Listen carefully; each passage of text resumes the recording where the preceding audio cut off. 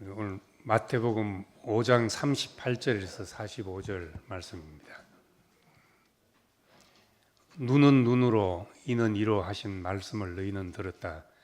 그러나 나는 이렇게 말한다. 안갚음하지 말라. 누가 오른밤을 치거든 왼밤을 돌려대고 또 재판에 걸어 속옷을 가지려 하거든 그 돈까지도 내어주라. 누가 억지로 오리를 가자고 하거든 심리를 같이 가주어라. 달라는 사람에게 주고 꾸려는 사람의 청을 물리치지 마라. 네 이웃을 사랑하고 원수를 미워하여라 하신 말씀을 너희는 들었다. 그러나 나는 이렇게 말한다. 원수를 사랑하고 너희를 박해하는 사람들을 위하여 기도하라. 그래야만 너희는 하늘에 계신 아버지의 아들이 될 것이다. 아버지께서는 악한 사람에게나 선한 사람에게나 똑같이 햇빛을 주시고 옳은 사람에게나 옳지 못한 사람에게나 똑같이 비를 내려주신다. 아멘. 읽은 건 공동번역 성경으로 읽었습니다. 그래서 표현들이 조금 다른데 여기는 이제 안갚음하지 말라는 말로 나옵니다. 요즘 말로 하면 이제 뒤끝 장렬하는 거죠. 예수님 사셨던 시대는 로마 식민지 시대였습니다. 힘으로 통치하고 이제 피식민지 민족을 억압하고 했던 그 시대이기 때문에 폭력이 난무하고 억울함이 가득 찬 그런 시대였습니다. 이런 시대에 예수님은 어떻게 땅 위에 하나님의 나라를 이루려고 하셨나? 그리고 로마 제국의 폭력과 종교 기득권자들의 압제 속에서 가난한 사람들을 어떻게 구하고 평화를 이루려고 하셨는가? 그리고 우리에게 박해하고 해를 끼치고 욕하고 하는 사람에게 우리는 어떻게 대할 것인가? 이런 문제들이 오늘 산상수훈에 나타나 있습니다. 이 산상수훈에 담고 있는 여러 가지 좋은 말씀들이 많지만은 이 중심을 이루는 핵심적인 메시지 중에 하나는 폭력으로부터 해방, 또 적대 관계를 극복하는 문제에 있습니다. 요즘 넷플릭스에 참교육이라는 드라마가 옛날 오징어보다 더 인기 있는 드라마가 돼 있다고 합니다. 그래서 좀 몇 편을 보니까 학교 폭력 그리고 학교에서 이제 왕따 시키는 문제, 학부모들에 의해서 교권이 침해되고 학생들이 선생을 협박하고 이런 학교 내 문제들이 이제 쭉 전개되는데 이 폭력이란 힘으로 다른 사람을 비참하게 만들고 사는 방식이 학교 안에도 만연해 있구나. 이제 이들이 크면 이것이 고스란히 사회가 되는 것인데 앞으로 우리 사회가 희망이 있나 이런 참 암담한 생각도 해보고 이제 병들대로 저렇게 병들대로 병들어 있는 문제가 현실에서 어떻게 해결될 것인가. 거기선 드라마이기 때문에 이제 교권국이라는 데서 나와가지고 학생들 체벌도 마음대로 하고 이 일진들을 주먹으로 다스려주고 교육하고 이런 내용이 들어서 시원하고 통쾌하고 이런 것이 있지만은 현실에서 저것이 가능한가 이런 생각들을 해보게 됩니다. 지금 우리는 이제 사법제도가 역사상 가장 잘 되어 있는 시대에 살고 있습니다. 그럼에도 불구하고 복장 터지는 일이 이 세상에 얼마나 많은지 모르고 지금 시대도 이런데 예수님 시대는 어떠했겠으며 그 이전 시대는 세상에 얼마나 억울함이 가득 찼겠나 이런 생각들을 해보게 됩니다. 성경을 우리가 다시 한번 자세히 보면 인간의 본래적인 문제, 인류의 본래적인 죄라고 할 수 있는 문제는 죽음으로 몰고 가는 폭력 행위고, 인류의 구원은 이제 폭력을 심판하고 공동체를 유지하는, 어떻게 평화를 이룰까 하는 문제가 이 성경의 중요한 문제입니다. 우리는 이제 전통적으로 죄라는 문제를 창세기 3장에서 시작해서 선악과를 먹었다 이렇게 표현되어 있지만은 1장부터 3장까지는 우리가 역사 속에서 경험할 수 없는 방식으로 표현이 되어 있습니다. 흙으로 사람을 지었고 또 갈비뼈로 여자를 만들었고 선악과를 먹었고 하는 일은 우리가 선악과가 뭔지도 모르고 다시 경험할 수 없는 일이죠. 그런데 실제적으로 창세기 4장부터 우리에게서 일어날 수 있는 역사적인 방법으로 이제 기술되어 있습니다.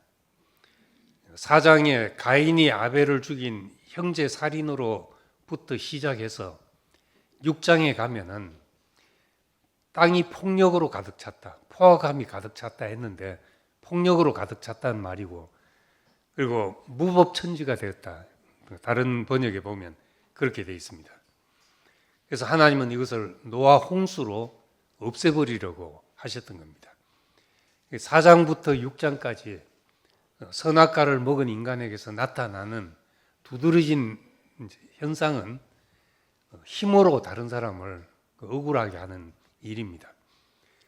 그래서 4장에 가인이 아벨을 죽인 것으로부터 시작해서 이젠 자기를 지켜야 되니까 성을 쌓고 또 복수를 천명하고 이런 일이 반복돼 나오죠.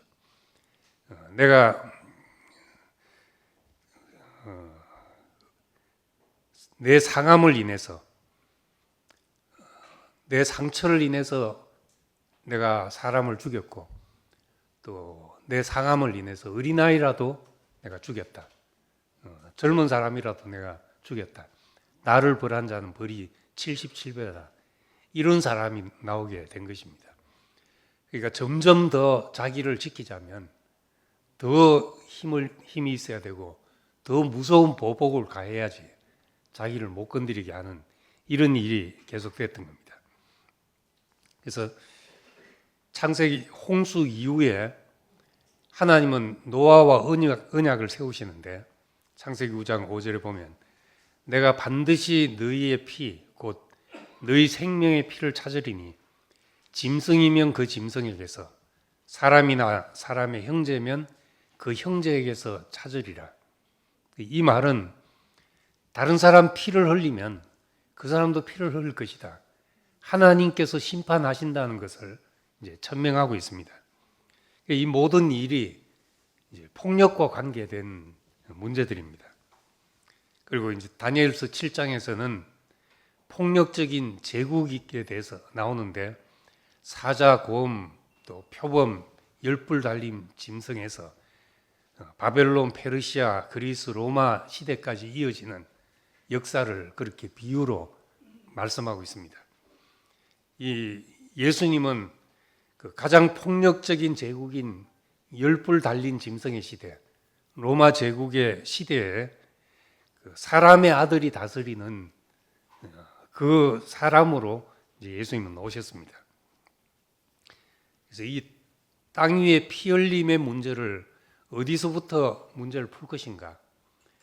억울하다는 문제, 그걸 보복하고 싶은 인간의 이 욕망을 어디서부터 풀 것인가? 예수님은 폭력도 문제지만은 산상수훈에 보면은 그 반대 폭력, 보복을 제어하시는 일을 먼저 하셨다는 걸 볼 수 있습니다. 로마의 폭력도 거부하시지만은 열심당의 혁명적인 폭력도 거부하셨던 겁니다. 폭력이 악순환되기 때문이죠. 좋은 말씀이라고 생각하고 산상수훈을 쭉 읽어 나가지만은 중요한 문제가 마태복음 5장 38절에 있습니다. 눈에는 눈, 이에는 이로 하신 말씀을 너희가 들었다. 그러나 나는 이렇게 말한다. 안가품하지 말라. 오른밤을 치거든 왼밤을 돌려대고, 이런 말씀을 하고 있습니다. 그냥 들으면 좋은 말이죠. 근데 어떤 배경에서 나온 말인지를 우리가 같이 생각해야 됩니다. 구약에서 율법의 메시지는 약한 자를 억울하게 하지 마라 하는 것입니다. 피눈물 나게 하지 마라. 근데 신약에서 예수님은 나는 너희에게 말한다. 안가품하지 말라. 다시 보복하는 일을 하지 말라. 이제 여기서부터 보복의 악순환의 고리를 끊으시려고 하셨던 겁니다. 우린 창세기 4장에 가인이 아벨을 죽였다고 알고 있습니다. 가인이 아벨을 죽였으니까 가인이 가해자고 아벨이 피해자지요. 그런데 생각해 보면 가인이 피해자였겠습니까? 가해자였겠습니까? 피해자라. 가인의 피해를 잘 알고 계시는 듯합니다. 가인은 뭔가 자기 상처받아 가지고 그런 일을 한 것이죠. 우리는 행위로 보면은 가인이 가해자지만은 그 행위가 왜 나왔는가 모르지만은 마음이 상하고 분이 일어나고 아벨로 인해서 상처를 받았다는 것을 알 수 있습니다. 그래서 가인의 입장에서 살인은 일종의 보복 행위였죠. 자기가 먼저 상처받았기 때문에 그렇다는 겁니다. 그럼 이 세상을 그렇게 들여다보면은 누가 가해자고 누가 피해자인지 사실은 알 길이 없이 끝없이 순환되고 있는 겁니다. 상대방 내가 기분 나쁘게 한 걸 어떻게 다 알아차리겠습니까? 근데 기분 나빠졌기 때문에 나한테 이제 주먹이 날라올 수가 있는 겁니다. 그래서 구약에서는 이 최악을 막기 위해서 이에는 이, 눈에는 눈 이렇게 말씀하셨지만은 그것은 이제 갚아라는 말이 아니라 그 이상 하지 말라는 말이죠. 근데 오늘날 중동 전쟁 같은 걸 보면은 그들은 이 법을 근거로 반드시 복수해야 되는 겁니다. 침해를 받으면 약하기 때문에 그냥 한 대 맞고 가만히 있을 수가 없죠. 이 전쟁은 끝이 안 나는 양쪽 다 피해자이기 때문에 풀리지가 않습니다. 제가 아주 어릴 때 아주 나쁜 짓을 한 적이 있습니다. 제가 5살 때부터 부산 살았으니까 그 전에 김천의 외갓집에 살았습니다. 외갓집 살 때 그러니까 4살 기억에 날 정도면 4살 정도 됐겠죠. 우리 외할아버지 외갓집이 있었고 거기에 밑에 방에 일하는 사람들이 살고 있었습니다. 집이 조금 커서 그렇게 옛날에는 일하는 사람들 같이 사는 걸 부린다고 생각 안 하고 한 식구 먹인다고 생각하고 그렇게 살았는데 우리 외할아버지가 기르는 닭도 새끼를 부화했고 그 밑에 집에서 키우는 닭도 새끼를 부화했습니다. 그래서 두 어미 닭이 새끼를 한 17마리를 거닐고 다니는데 새끼들을 거닐고 있으니까 보호 본능이 있어서 어미 닭들이 싸우는 거예요. 싸우면 그 밑에 집 닭이 훨씬 강해가지고 우리 할아버지 닭이 피투성이가 되는 거예요. 한 번만 그랬으면 내가 가만히 있을 텐데 싸우면 우리 닭이 피를 흘려가지고 4살 때 뭘 알았겠습니까? 근데 복수심이 발동해서 내가 어미닭은 어찌할 수 없고 병아리를 가져다가 내가 해치우지 않았겠습니까? 두 마리를 해치웠습니다. 그 뚜껑이 열리면 그때부터 뚜껑 열린 습성이 있어가지고, 근데 그 밑에 집에서 이상하다 하면서 왜 병아리가 자꾸 없으시나 그러는 거예요. 입 닫고 가만히 있었죠. 근데 우리 어머니가 눈치를 챘습니다. 한 번은 구석으로 부르더니만 네가 그랬지 이러는 거예요. 그래서 고개 푹 숙이고 가만히 있으니까 기도하자 그러면서 이제 울먹이면서 기도를 하시는 거예요.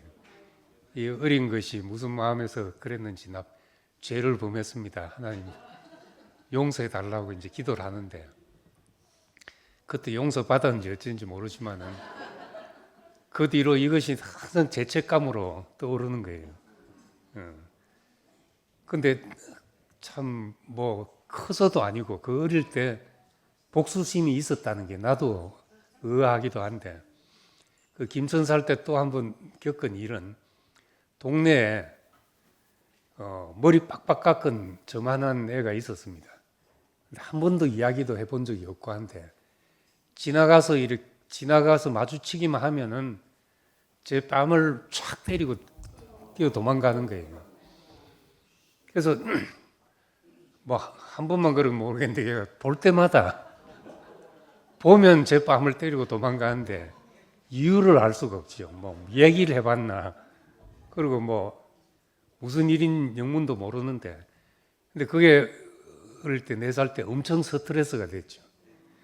또 길 가다가 그 녀석을 만나는 게 아닌가 싶은데, 이제 자꾸 맞다 보니까 안 되겠다 해가지고 이제 붙어야 되겠다고 이제 또 마음이 생긴 거죠. 그래서 이번에 오기만 해봐라. 내가 먼저 이런 마음으로 이제 오는데, 또 이제 지나가면서 이제 손이 올라가려는 거예요. 그래서 발이 먼저 나갔던 것 같아요. 발로 팍 차면서 선제 공격을 했는데, 그 뒤로는 이제 그 까까머리 소년을 만날 길이 없었습니다. 근데 뒤로도 두고 왜 그랬을까? 얘가 왜 나만 보면 때리려고 했을까? 모르는데 조금 더 크니까 어쨌든 내 보면 기분 나빠지지 않았겠나? 기분 나빴으니까 그러지 않았겠나 하는 생각을 해봐요. 어릴 때 제가 이제 백인이라고 좀 놀림을 받았답니다. 피부가 희가지고. 동네 이제 김천 그때만 해도 아주 시골이었는데, 시골에서 이질감을 느끼는 사람이 있으니까 그래서 공격을 하지 않았나 이제 스스로 생각을 하고 있었는데, 어쨌든 그런 것이 이제 인간 사회에, 어린아이에게도 그런 것이 있으니까 인간 사회에 상처받고 공격하고 그걸 또 보복해야 되고 이런 일은 우리 속에 가득 차 있는 거죠. 뭐 교회 생활 한다고 그것이 없겠습니까? 교회 생활해도 뭐 상처받고 걸리는 일은 사람 사는데 다 생기는데, 거기서 이제 안가품하기 시작하면은 끝없는 악순환이 되풀이되게 되는 겁니다. 그리고 그것으로 인해서 이제 이중 피해가 되는 거죠. 뺨 한 대 맞는 것은 그 통증은 잠시 있다가 사라지지만은 그것이 생각 속으로 들어가서 밤새 스트레스 받고 복수하느라고 얼마나 계획을 짜내야 됩니까? 그런 일이 생기게 된다는 겁니다. 그래서 예수님의 산상설교, 첫째는 악한 사람에게 이제 맞서지 말라는 말입니다. 그 이유는 악으로 악을 갚으면 결국 똑같은 사람이 되는 거죠.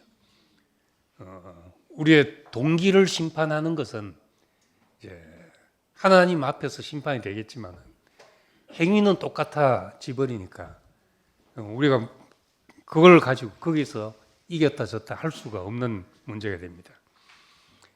그래서 이걸 어디서부터 풀어야 되냐? 다 에덴의 동쪽에 사는 그 가인의 후예들, 상처 때문에 폭력을 가하고 또 다시 보복이 되풀이되는 이 악순환 속에서 예수님은 이제 첫 산상수훈에서 안갚음하지 말라, 1차적으로 악에 반응하지 말라, 이런 말씀을 하셨습니다. 우선은 악순환을 끊어야 되기 때문에 그렇죠. 보복하는 일은 오히려 악에게 폭력의 정당성을 부여하는 일이 되어버립니다. 그렇게 하고 나면 다시 이제 보복하는 것이 정당해지게 되는 거죠. 공격할 때는 이제 무슨 이유가 있어서 공격을 하는데, 그 다음부터는 공격을 받았기 때문에 공격한다, 또 공격했기 때문에 공격한다, 이것이 정당화돼서 계속 되풀이 되게 되는 겁니다. 그래서 우리가 사망 권세는 죽기를 무서워하기 때문에 위력을 바라는 것이거든요. 너 죽을래, 이 말은 안 죽고 싶어 하는 사람에게는 모든 것을 내려놓게 하는 힘이 되죠. 또 율법은 의롭다고 인정함을 받으려는 것 때문에 권세가 있게 되는 겁니다. 의롭다고 인정함을 받으려는 것이 없으면 율법은 힘을 잃게 되는데, 의로워지려고 하니까 율법이 권세를 가게 되죠. 마찬가지로 이제 폭력은 대갚아 주려는 것 때문에 폭력의 힘이 정복되는 겁니다. 그래서 시편 37편에 보면 악을 행하는 자들에게 불평하지 말며 불의를 행하는 자들을 시기하지 말라. 저희는 풀과 같이 속히 배임을 당할 것이다. 여호와를 의뢰하고 선을 행하라. 땅에 머문 동안 그의 성실로 식물을 삼으라. 이런 말씀과 사실 맥락을 같이 하는 말씀입니다. 1차적으로는 거기에 반응하면은 더 힘을 실어주는 것이 되기 때문에 안갚음하지 말라, 악에 반응하지 말라, 이렇게 말씀하시고, 소극적으로만 반응하지 않는 것이 아니라 적극적으로 너희를 박해하는 자를 위하여 기도하라. 로마서에는 이것이 숯불을 그 머리 위에 얹어 놓는 것과 같다, 이렇게 말합니다. 그래야만, 45절에 보면 그래야만 너희는 하늘에 계신 아버지의 아들이 될 것이다. 아버지께서는 악한 사람에게나 선한 사람에게 똑같이 햇빛을 주시고 옳은 사람에게나 옳지 못한 사람에게 똑같이 비를 내리시지 않냐. 악하고 악하지 않다는 것을 너가 판단해서 너가 안갚음하려고 하지 말고 오히려 적극적으로 그를 위해서 기도하라, 이런 말씀을 합니다. 정말 그걸 가지고 하나님 앞에서 그 사람을 위해서 기도하려고 해보면은 우리한테 다른 마음이 생기죠. 그래서 판단하고 심판하는 일을 하나님의 몫으로 두는 것이 하나님 있는 사람의 특성이라는 겁니다. 그래야만 하늘에 계신 너희 아버지의 아들이 된다. 이 말은 그래야만 너가 하나님 있는 사람으로 다르지 않냐. 그러면 똑같이 그러면 너가 하나님 있고 없고 뭐가 다르냐. 하나님 없는 사람과. 하나님의 아들이라고 하는 사람이 뭐가 다른가. 다 보복이 악순환되고 있는 세상 속에서 너는 그걸 가지고 기도하는 사람, 그것으로서 하나님이 있다는 것을 너가 나타내게 된다 하는 말씀을 하는 겁니다. 그래서 앞에서 말한 대로 사람끼리 재판하면 피해자만 있고 가해자가 없지요. 다 피해자로 났습니다. 물리적인 피해보다 이제 감정적인 피해가 더 발단이 되기 때문에 내가 먼저 가해한 것을 알아차리기 힘들다는 거죠. 사람들은 기분 나빠지고 자존심 상하고 괘씸하고 이런 게 한 대 맞는 것보다 더 사람들에게 괴로워하는 문제들이죠. 근데 이제 이걸 어떻게 우리가 처리해 나가느냐 하는 문제가 있습니다. 학교 선생님이 학생들 앞에서 100만 원짜리 수표를 한 장 들고 이 수표 내가 주고 싶은데 가질 사람 하니까 다 저요 손을 들더래요. 그래서 선생님이 너무 많으니까 안 되겠다 해서 수표를 막 구겨가지고 이 수표 가질 사람 하니까 여전히 다 들더래요. 그래서 안 되겠다 하고 수표를 발로 밟고 침을 뱉고 그러고 이제 이거 가질 사람 하니까 그래도 대부분 가지겠다고 손을 들더래요. 너는 자존심도 없냐? 이 구겨지고 밟고 침 뱉은 걸 어째 가지려고 하냐? 그러니까 애들이 뭐 그래도 은행에서 보증해 주면은 가치는 똑같습니다 이러더래요. 그래서 이제 그 이야기를 하면서 너네도 그렇지 않겠냐? 너네도 너네 가치를 보증해 주는 분만 있으면은 구겨져도 밟혀도 뭐 누가 침 뱉어도 너 가치는 그대로 100만 원이지 않겠냐? 그대로 있지 않겠냐? 우리 가치를 인정해 주시는 분, 이제 그분이 있어야지 우리 이런 문제들에서 노연하게 되죠. 내 인생의 문제가 그런 것이 내 인생의 문제가 아니구나. 100만 원의 수표의 가치는 구겨졌다 밟혔다 이게 문제가 아니잖아요. 사실 보면 인생도 그런 것인데 우리가 구겨졌다 밟혔다 누가 나한테 어쨌다 이것이 문제가 아니고 하나님이 내 인생을 값어치를 부여하신 나를 쓰시려고 하시는 것, 하나님의 형상이 되고 하나님의 영광을 나타내는 그릇으로 우리를 쓰시려고 하시기 때문에 오히려 그럴수록 우리는 더 가치 있어질 수도 있는 그런 사람이 된다는 겁니다. 내 자신의 근원이 되고 머리 되시는 분, 우리가 눈을 들어 하나님을 바라보고 기다리는 사람은 상처 있고 침해 당한 모든 것에 대해서 그것을 안갚음하려 하지 않고 내 인생에 두신 소중한 가치를 지켜내는 사람이 되는 겁니다. 칼을 쳐서 보습을 만든다. 이것이 이제 참 구약 시대에 가장 바라는 이상 사회잖아요. 누가 칼을 쳐서 보습을 만들겠는가? 내게 가해진 그 해를 누가 그것을 양식을 나오게 하는 그 농기구로 만들겠는가 하는 겁니다. 예수님은 이제 세례 요한의 처형을 두고 그렇게 말했습니다. 세례 요한 때부터 지금까지 천국은 침노를 당하나니 침노하는 자는 빼앗느니라. 이게 성경의 번역 가운데 가장 잘못된 번역 가운데 이제 하나입니다. 천국은 침노하는 자가 빼앗는다. 적극적으로 막 쟁취하려고 하는 그 맥락을 봐도 이것이 전혀 아니거든요. 근데 뒤로 번역된 공동 번역에 보면은 원문에 충실해서 정확하게 번역했는데 세례 요한 때부터 지금까지 하늘나라는 폭행을 당해왔다. 그리고 폭행을 쓰는 사람들이 하늘나라를 빼앗으려고 한다. 이것이 앞뒤 문맥에도 맞고 이제 원래 성경의 원어에도 맞는 그런 번역입니다. 이 하늘나라가 세상의 악한 기득권 세력으로부터 모진 박해와 폭행을 당하고 있다. 천국은 늘 그렇게 폭행을 당해왔다.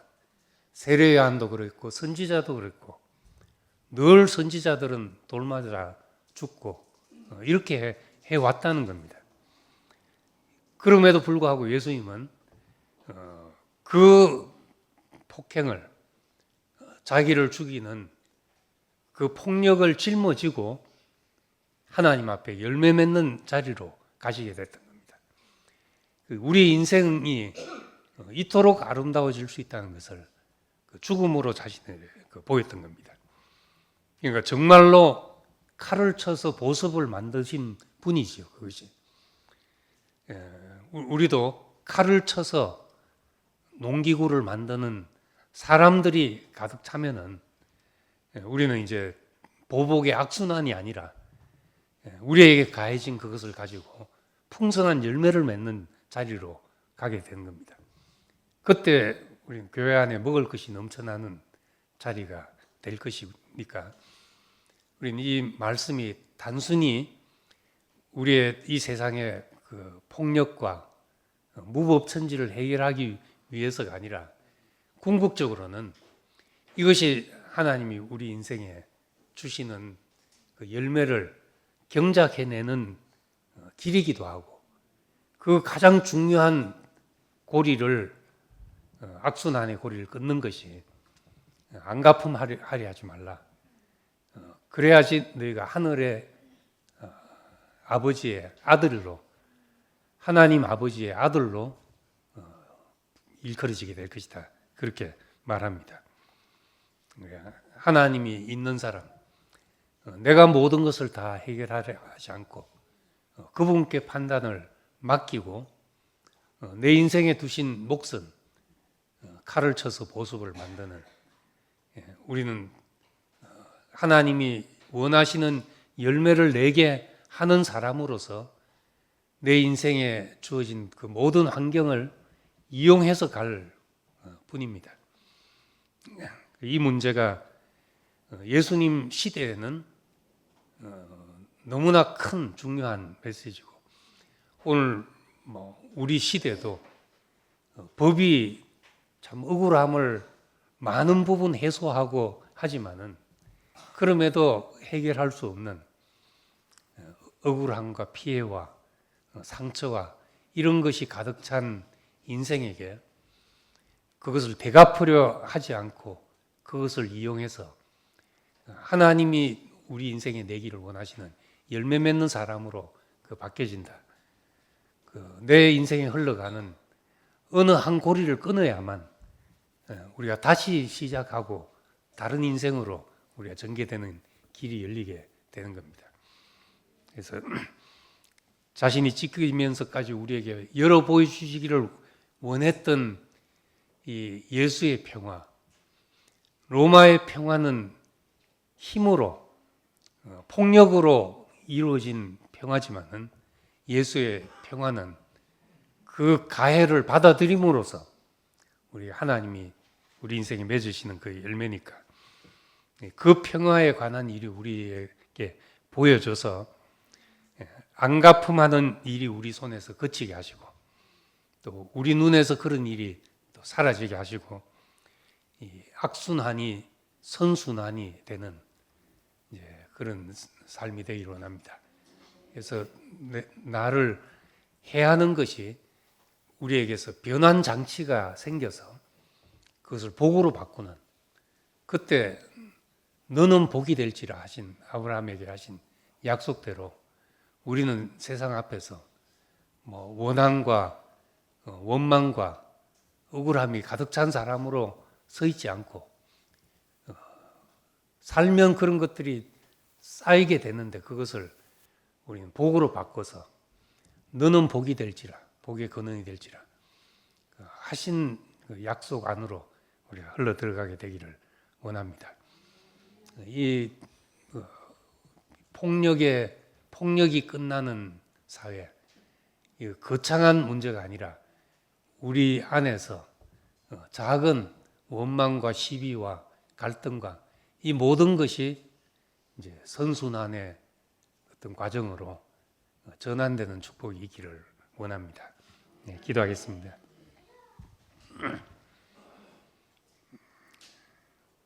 네, 아버지 하나님, 우리 안에는 참 가인의 억울함이 있고 또 가인의 복수심이 있고 나를 지키려는 이런 성과 울타리들을 쌓아놓고 사는 이런 사람이었는데 하늘의 아버지가 있는 사람으로서 하나님이 다스리는 통치 앞에 굴복된 사람으로서 그 모든 것을 내려놓고 이제 우리는 칼을 쳐서 보습을 만드는 사람들로 주님께서 가신 길을 우리가 함께 갈 수 있게 하신 것을 감사드립니다. 우리에게서 다시 칼이 필요 없는 인생이 되게 하시고 우리에게 허락한 모든 환경을 복으로 경작하고 양식으로 경작해내는 사람들이 되기를 원합니다. 그래서 우리 사는 곳이 정말 먹을 것이 풍성한 곳이 되게 하시고 가나안 땅처럼 오곡백과가 열려서 우리 인생에서 나는 소산을 주님 앞에 열매로 내어놓을 수 있게 되기를 원합니다. 우리의 이 악순환의 고리를 끊으시고 우리에게서 안갚음하려는 것이 끝나게 하시고 하나님이 우리에게 허락하신 것은 무엇이라도 복이 되지 않을 것이 없다는 이 믿음 안에 우리 그리스도를 따르게 되기를 원합니다. 우리 교회 안에서 함께 이 기쁜 마음으로 열매를 누리며 살게 하신 것을 감사드리며 예수님 이름으로 기도드립니다. 아멘.